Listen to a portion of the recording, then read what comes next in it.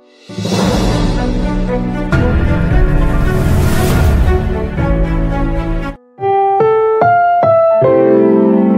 programang ito ay rated SPG. Striktong patnubay at gabay ng magulang ang kailangan. Maaaring may masiselang tema, lengguwahe, karahasan, sexual, horror o droga na hindi angkop sa Welcome back mga ka-episode. So narito mga dapat nating abangan dito nga lang sa Abot Kamay na Pangarap, kung saan dito na nga pinatawag nga nito ni Giselle ang lahat ng mga tauhan nga niya sa Apex, at dito na nga niya pinakilala ang bagong finance nga na maghahawak nga sa Apex, at ito nga si Eric. Kaya gulat na gulat nga ito nga si Doc Tanyag dahil hindi nga niya inaasahan na gagawin niya ito ni Giselle. Dito nga tinanong nga nito ni Doc Tanyag kung bakit nga ba niya ito nagawa.